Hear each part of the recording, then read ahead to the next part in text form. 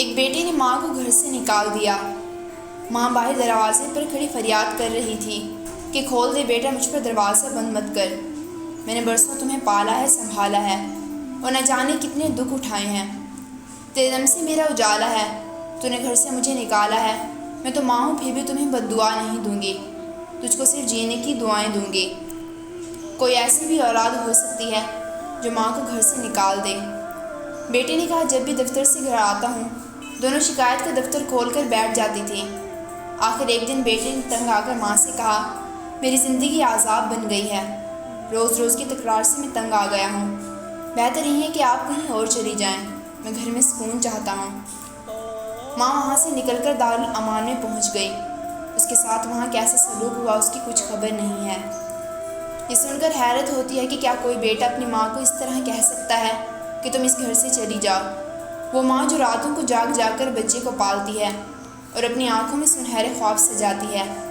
بیٹا بڑا ہوگا تو تابع دار ہوگا، میرا سہارا ہوگا، طرح طرح کی امیدیں پالتی ہے، مگر اس وقت اسے خبر نہیں ہوتی کہ بیٹا بڑا ہو کر اس کا سہارا بنے گا کہ نہیں۔ وہ محنت مزدوری کر کے اس کا پیٹ پالتی ہے، پڑھاتی ہے، اس کی تمام ذمہ داریاں پوری کرتی ہے۔ پڑھ لکھ کر جب جوان ہوتا ہے تو اس کی شادی کی فکر ہوتی ہے، شادی ہو تو اس کا گھر بس جائے، پھر بہو کی ساس کے ساتھ نہیں بنتی۔ بہو چاہتی ہے کہ اسے گھر سے باہر نکال دیا جائے۔ وقت گزرتا رہتا اور وہ لڑکا 4 بچوں کا باپ بن گیا، مگر اس گھر میں لڑائی ختم نہیں ہوتی۔